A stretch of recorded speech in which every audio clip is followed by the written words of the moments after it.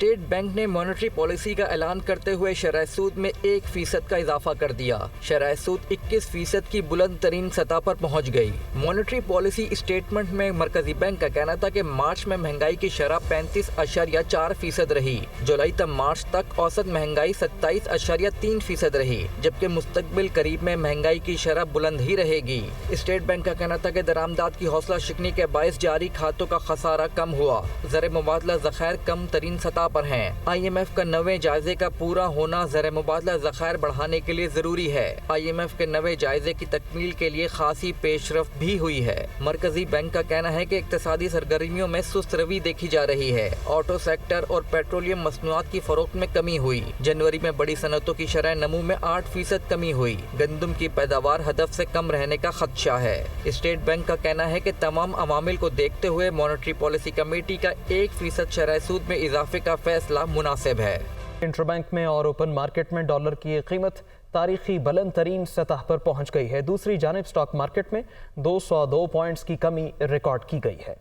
روپے کے مقابلے ڈالر کی قیمت میں اضافے کا رجحان جاری ہے۔ کاروباری ہفتے کے دوسرے روز انٹر بینک میں ڈالر کی قیمت $2.25 اضافے سے تاریخ کی بلند ترین سطح $287.29 تک پہنچ گئی۔ موجودہ حکومت کے اقتدار میں آنے سے اب تک انٹر بینک میں ڈالر $104.29 مہنگا ہو چکا ہے، جبکہ اسحاق ڈار کے بطور وزیر خزانہ قلمدان سنبھالنے کے بعد سے اب تک ڈالر $57.56 مہنگا ہو چکا ہے۔ انٹر بینک کی طرح اوپن مارکیٹ میں بھی ڈالر تاریخ کی بلند ترین سطح پر پہنچ گیا۔ اوپن مارکیٹ میں ڈالر $4 اضافے سے $291 پر فروخت ہوا۔ معاشی ماہرین کے مطابق قرض و سود کی ادائیگیاں اور درآمدات کے لیے ڈالر کی بڑھتی طلب کے باعث ڈالر کی قیمت میں اضافہ ہو رہا ہے۔ دوسری جانب پاکستان اسٹاک ایکسچینج میں سرمایہ کاروں نے حصص کی خریداری کے بجائے شیئرز فروخت کرنے میں زیادہ دلچسپی لی۔ یہی وجہ ہے کہ اختتام پر مارکیٹ 202 پوائنٹس کمی کے بعد 100 انڈیکس 39,687 پوائنٹس کی سطح پر بند ہوا۔ اسٹاک تجزیہ کاروں کے مطابق سیاسی ہلچل اور بگڑتی معاشی صورتحال کے اثرات اسٹاک مارکیٹ پر نظر آ رہے ہیں۔